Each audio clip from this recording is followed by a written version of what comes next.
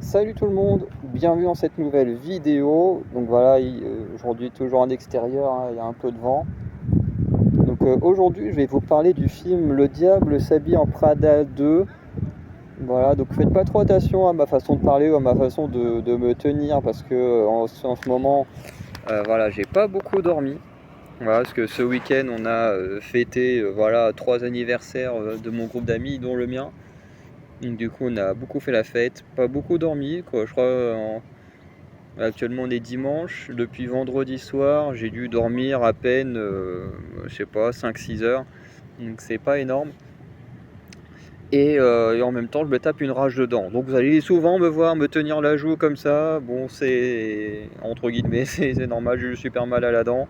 Voilà, j'ai des trucs pour me soigner, mais pour l'instant ça fait pas super bien effet. Bref. Dans tous les cas, comme j'ai dit, ce week-end j'ai fêté mon anniversaire parce que c'était plus tôt dans la semaine. Vous, de toute façon, ce sera déjà passé, et puis avant qu'on verra la vidéo. Mais, euh, mais voilà, quand c'est comme ça, avec le pâté, et que dans l'année, un truc comme ça, pendant une certaine période, tu as été au cinéma, bah, du coup, tu as le droit à une place gratuite la semaine de ton anniversaire. Donc forcément, là, j'en ai profité. Je suis venu à Caen pour fêter mon anniversaire avec mes potes. Je fais, allez hop, pardon, autant en profiter pour aller au cinéma et voir un film. Du coup, il fallait que ça rentre dans mes horaires, forcément, hein, entre le moment où je me levais pour partir de chez mes potes et le moment où après je vais aller prendre mon train. Voilà, il me fallait un film qui colle. Donc j'ai hésité. Au début, j'ai hésité avec Mandalorian et Gru, mais bon, je suis pas un grand connaisseur de Star Wars. En plus, là, on est quand même sur un film qui fait forcément suite à la série télé que je n'ai pas regardé, donc je me suis dit, ça vaut pas le coup de regarder un truc où je vais pas forcément comprendre ce qui se passe. Donc voilà. Et après, dans les autres films, la plupart avaient des horaires qui me correspondaient pas. Où il y avait Super Mario 2, le Super Mario Galaxy 2. Enfin, non, plutôt Super Mario Galaxy, parce que le premier c'est Super Mario Bros. Et le 2 Super Mario Galaxy, que j'avais déjà vu. Voilà, bon, à l'époque où là j'ai fait ma pause, mais du coup je l'ai déjà vu, donc j'allais pas, même si c'est gratos, j'allais pas retourner voir exactement le même film. Et du coup, bah, je me suis dit, je vais aller regarder Le Diable s'habille en Prada 2. Voilà, alors le 1, je me souviens l'avoir vu quand j'étais gamin, parce que le film est. À un moment donné, dans le film, il parle de 2006, donc c'est à peu près la période où a dû sortir le premier film. À l'époque, j'avais 11 ans. Aujourd'hui, j'en ai 31. Donc, bah, je me souviens pas du premier film, quoi. Et puis surtout, bah, comme là, je vais le voir sur un coup de tête, bah, j'ai pas eu le temps de voir le 1 en amont pour pouvoir comparer l'état des deux films, quoi. Bref. En tout cas, moi, ce que je peux en dire, c'est que j'ai trouvé ça plutôt sympa. J'ai passé un super moment. Alors du coup, pour préciser, je l'ai vu en version sous-titrée. Voilà, la séance à 11 h, elle est en version sous-titrée. Moi, personnellement, ça me dérangeait pas. Que ce soit sous-titré ou pas, en vrai, moi, ça me dérange pas. Même si là, je me suis dit, j'ai pas beaucoup dormi. Va falloir que je me concentre sur le fait que j'ai mal aux dents. Je me concentre sur les sous-titres et tout, ça va être compliqué. Je crois qu'il y a au moins un petit moment que j'ai dû sûrement rater ou à moitié somnoler devant parce qu'au bout d'un moment, j'en pouvais plus. Mais j'ai quand même vu les trois quarts du film et encore une fois, au cas où, c'est pas à cause du film en lui-même, là c'est juste que voilà, les conditions dans lesquelles je suis font que bah, sur un film, je sais pas comment on peut le catégoriser, comme une sorte de comédie, ouais, on pourrait le qualifier comme ça, bah, c'est vrai que c'est compliqué de. Voilà, quand tu vas avoir un film d'action, même quand tu es un peu fatigué, bah, au moins les scènes d'action elles te réveillent un peu, la musique elle est à fond, tout t'explose à la gueule. Que là, quand tu vas voir un film voilà, qui est quand même juste sur une meuf qui travaille dans une entreprise, bon bah là, c'est. Bah, faut tenir les 2 heures quand t'es claqué et que t'es pas bien physiquement, quoi. Mais ça l'a fait, je crois que j'ai dû vraiment rater vraiment quelques minutes. Mais voilà, c'est pas grand chose non plus, quoi. Bref. Euh, du coup, le film en lui-même, je l'ai trouvé, comme j'ai dit, je l'ai trouvé sympa. Je vais faire un parallèle avec la série Emily in Paris, parce que je trouve qu'il y a beaucoup de ressemblances entre les deux. Mais on va y revenir après. De manière globale, le film a un scénario assez simple. Voilà. Après, comme je me souviens pas du premier, c'est compliqué de juger par rapport au premier ou de parler de ce qui s'est passé par rapport à la fin du premier, genre comment, la continuité se fait. Mais en gros, on reprend avec, le personnage de Andy, donc qui est joué par Anna Thaoué, qui est magnifique. Franchement, j'avais complètement oublié, cette actrice-là. Ça faisait un moment que je l'avais pas revue, dans un film ou une série et franchement, j'avais oublié à quel point elle était magnifique. Pourtant, elle commence à avoir de l'âge, hein, mais elle fait toujours assez jeune, comme d'autres, hein, de sa génération, mais ouais, c'est un truc de fou. Voilà. Dedans, on retrouve aussi Emily Blunt, pareil, que j'aime bien, qui a un très bon style aussi dedans. Parce qu'on est quand même dans un truc lié à la mode. Alors, les tenues vestimentaires sont pas toujours très, très jolies, hein, mais heureusement, euh, les actrices, elles, au moins elles le sont, et elles subliment un petit peu des tenues qui des fois sont vraiment pas ouf, mais en même temps c'est la mode des riches, hein, qui est pas toujours ouf. Donc voilà, on a Glenn Close qui est là, il y a Stanley Tucci qui est là, donc de ce que j'ai compris, qui est au moins Anna Thaoué, Glenn Close et Stanley Tucci sont au moins eux dans le premier.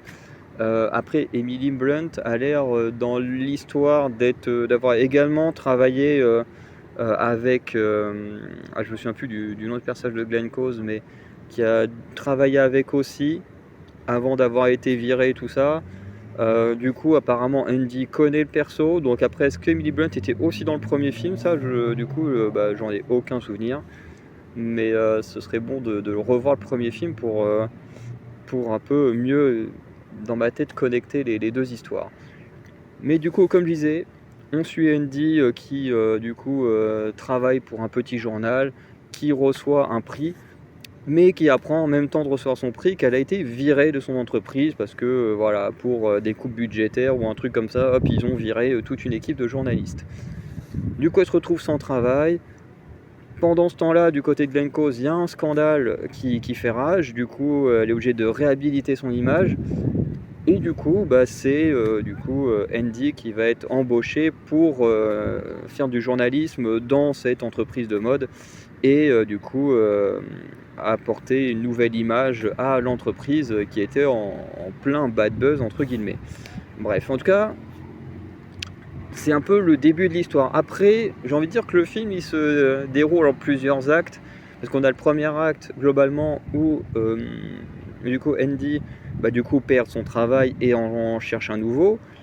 On a la partie où du coup elle revient dans son travail et essaye de réhabiliter l'entreprise. Ensuite on a une partie où du coup Glenn Close espère une promotion très très importante qui du coup permettrait aussi à Andy peut-être de monter aussi en grade. Et on a une dernière partie avec un personnage du coup qui va essayer de s'accaparer l'entreprise puisque l'ancien détenteur est décédé. Le fils de l'ancien détenteur veut revendre l'entreprise et du coup il y a certaines personnes qui se battent pour récupérer l'entreprise. Donc vraiment il y a plusieurs petits actes dans le même film. Donc c'est pour ça aussi qu'il dure assez longtemps entre guillemets.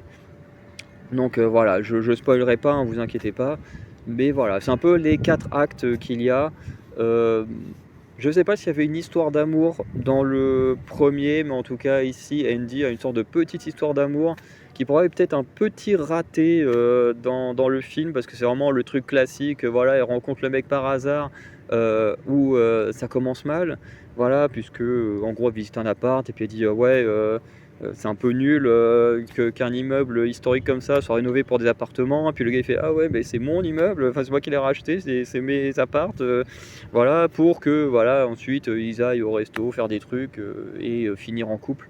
Moi personnellement je trouve que c'est un peu l'histoire trop classique, genre des films de Noël, des comédies romantiques. C'est vraiment le truc à la première rencontre ça se passe pas super bien et puis petit à petit ça s'améliore et puis ils finissent en couple. Et j'avoue que je trouve ça un peu dommage que ce soit toujours un peu les mêmes structures quoi. Et surtout qu'en plus ce gars-là, mais en fait on le voit pas tant que ça dans le film. Donc voilà, tu vois, c'est juste une romance histoire de mettre une romance. Pareil, Emily Blunt, elle a une relation amoureuse avec un riche dans la technologie. Bon, là c'est important parce que du coup il fait partie de ces personnes qui vont tenter de racheter l'entreprise. Mais à côté de ça, voilà, eux, ils sont déjà en couple, donc il y a voilà, ils ont tenté un petit truc de romance, mais sans vouloir trop non plus en mettre et je trouve que, bah, du coup, c'est un petit raté dans le film. À côté de ça, j'ai pas grand chose à dire en vrai, à part que l'acting est vraiment très bon. Voilà, franchement, l'acting est vraiment très bon, que ce soit du côté d'Emily Blunt, franchement, c'est très bon. Du côté de Glenn Close, c'est extrêmement bon. Du côté de Stanley Tucci, c'est très bon. Et du côté d'Anna Hathaway, c'est absolument parfait. Franchement, je trouve qu'elle rentre à la perfection dans son rôle. Et ouais, ça me donne envie de revoir des films avec Anna Hathaway parce que je me dis, ouais, c'est fou à quel point c'est une bonne actrice et que ben, à l'époque, elle m'avait pas marqué parce que bah, pour moi, Anna Hathaway, ça avait été justement le Diable s'habille en Prada quand j'étais pré-ado. Après, ça avait été dans Batman où elle jouait Catwoman. Et c'est vrai qu'après, j'ai dû la revoir dans deux trois trucs comme ça, à droite à gauche. Mais c'est vrai que dans la globalité, bah, je l'ai un peu oublié, ce qui est quand même fou vu le talent qu'elle a, quoi. Et là, c'est vrai que ça me fait dire que ouais, là, je suis quand même passé à côté d'une actrice qui a beaucoup de talent. Et du coup, ça me donne envie de voir des films ou des séries qu'elle a faites parce que ça peut être très très cool de suivre des gens bah, qui ont un gros talent comme ça. Du coup, à côté de ça, un petit truc moi qui m'a déçu, que j'ai trouvé un peu moyen, c'est le rapport à la mode, parce que bah, il y a tout un rapport à la mode, notamment un personnage de Stanley Tucci qui est responsable enfin un styliste qui, enfin, voilà, il gère au niveau du style vestimentaire et tout, et pourtant, bah, on voit pas tant de choses liées à la mode. Alors, certes, les personnages ont souvent des habits plutôt liés à la mode, hein. Voilà, on les voit des fois aller dans des. Voilà, à un moment donné, il y a Glenn Close qui fait un repas dans sa villa. Du coup, elles ont des tenues spéciales. Il y a un moment donné, ils font un truc en Italie. Pareil, on les voit plusieurs fois avec des tenues un peu spéciales et tout. Mais ce que je trouve dommage, c'est qu'on les voit pas travailler pour l'entreprise. Alors, Anna Hathaway, elle, on la voit faire, puisque bah, du coup, son travail, c'est de faire ses articles et tout. Donc, elle, on la voit travailler, mais c'est vrai que les autres, on les voit pas faire, on voit pas vraiment le résultat. Par exemple, Stanley Tucci, qui est censé être styliste, bah, on ne le voit pas faire son travail de styliste. Alors, oui, à certains moments, il donne des tenues à Anna Hathaway pour qu'elle soit bah, présentable à certaines soirées et tout. Mais à côté de ça, ben, tu vois, pour des gens qui sont dans la mode, qui ont un lien avec Dior, qui de mémoire c'est l'entreprise dans laquelle travaille Emily Blunt, bah tu te dis, ouais, ça aurait été bien de voir un peu plus de choses liées à la mode. Genre quand ils sont censés à un moment donné, je crois, ils vont à une sorte de gala ou un truc comme ça, et puis en fait tu vois vite fait bah, des personnes comme ça, mais tu sais pas qui c'est, tu sais pas qui les a habillés, ça, je trouve ça dommage. C'est un peu le problème que j'avais reproché à la série Becoming Karl Lagerfeld, où on s'était beaucoup plus attardé sur sa relation amoureuse que sur son travail de styliste. Et moi, ça m'avait beaucoup déçu dans cette série-là.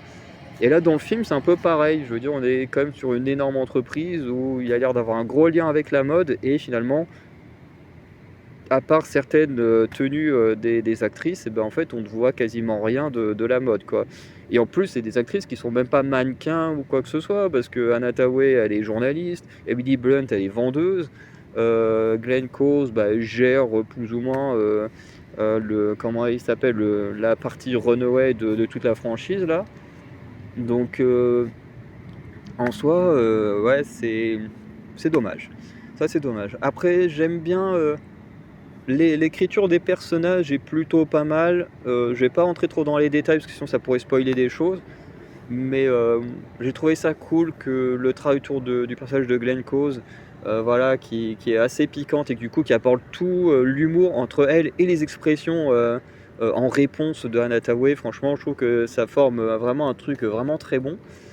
Mais vraiment, elle a du piquant, du sarcasme et tout, parce qu'elle sait qu'en faisant ça, ça va pousser Anna Hathaway à se surpasser.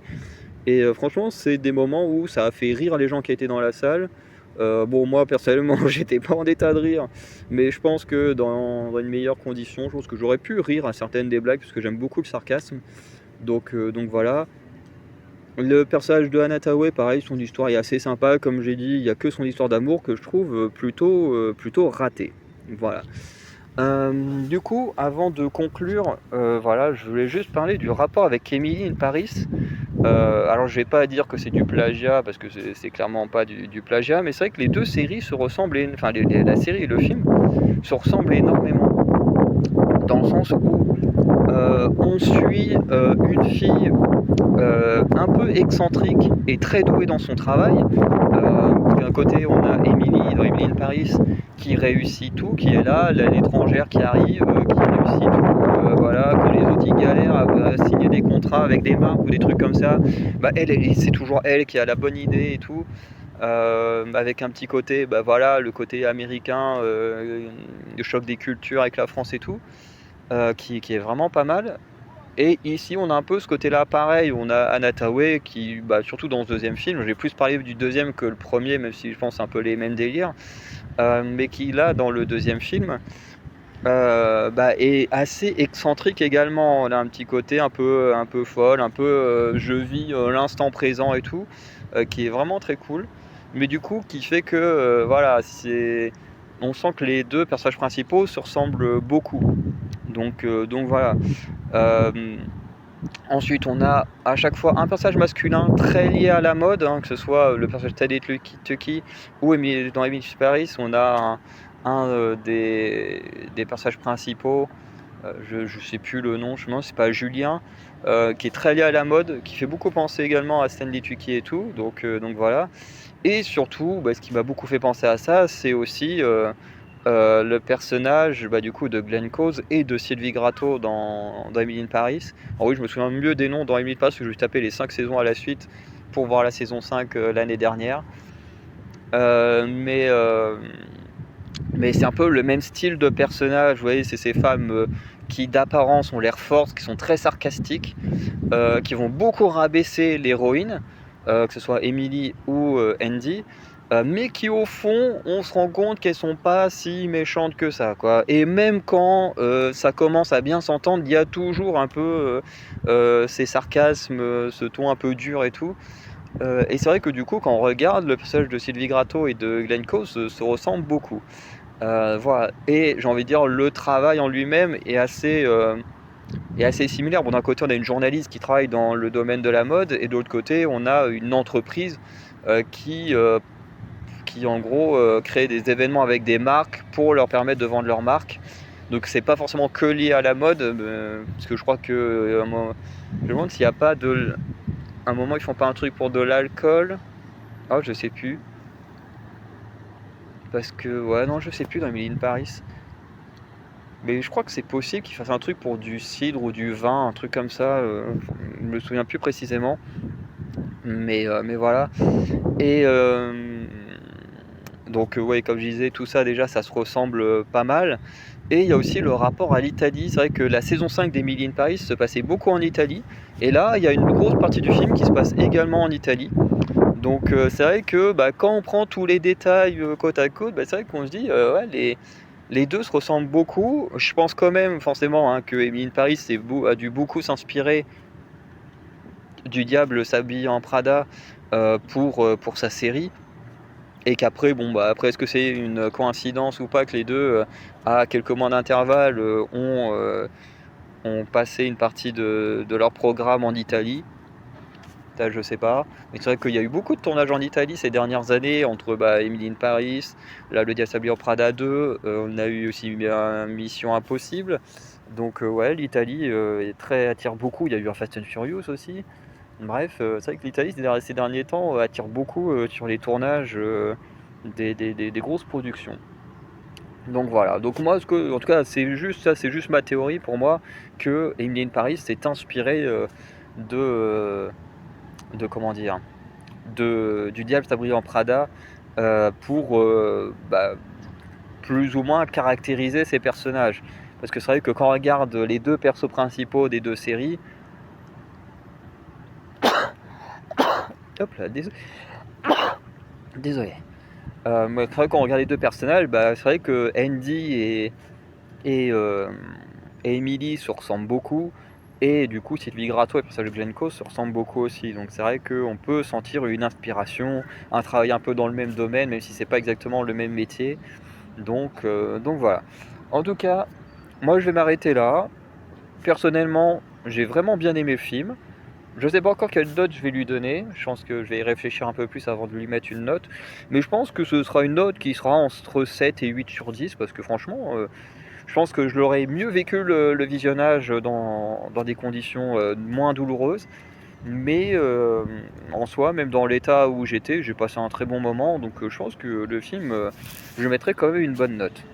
Donc voilà, en tout cas, moi je peux le conseiller si vous avez aimé le premier, même si je me souviens pas exactement de comment il est. En vrai, le 2 est plutôt sympa. Je trouve que c'est une suite qui est pas catastrophique. Voilà, en plus il y a des rapports à l'actualité, notamment avec le rapport à l'IA, où justement le mec qui gère, qui est millionnaire, milliardaire dans la technologie, qui dit oui, de toute façon, l'entreprise, machin, moi si je la rachète, j'en aurais rien à foutre, des stylistes, des machins, on fera tout avec l'IA et tout. Et du coup, t'as Glenn Close qui elle veut rester sur du traditionnel et tout. Donc il y a quand même des petits rapports à l'actualité avec les gens qui ont extrêmement peur de l'IA et tout. Donc franchement, il y a des petits trucs qui sont assez cool. Voilà, pour moi, c'est une bonne suite avec quelques éléments, on va dire un peu plus modernes, parce que bon bah l'IA n'existait pas vraiment à l'époque, ou du moins pas dans la forme d'aujourd'hui. Donc voilà, en tout cas, moi je peux le vous conseiller. Il a quand même quelques petits défauts, mais je trouve qu'il se regarde quand même. Voilà. Donc je vous souhaite une bonne journée, une bonne soirée. Je vous dis à très bientôt pour de nouvelles vidéos. Ciao tout le monde.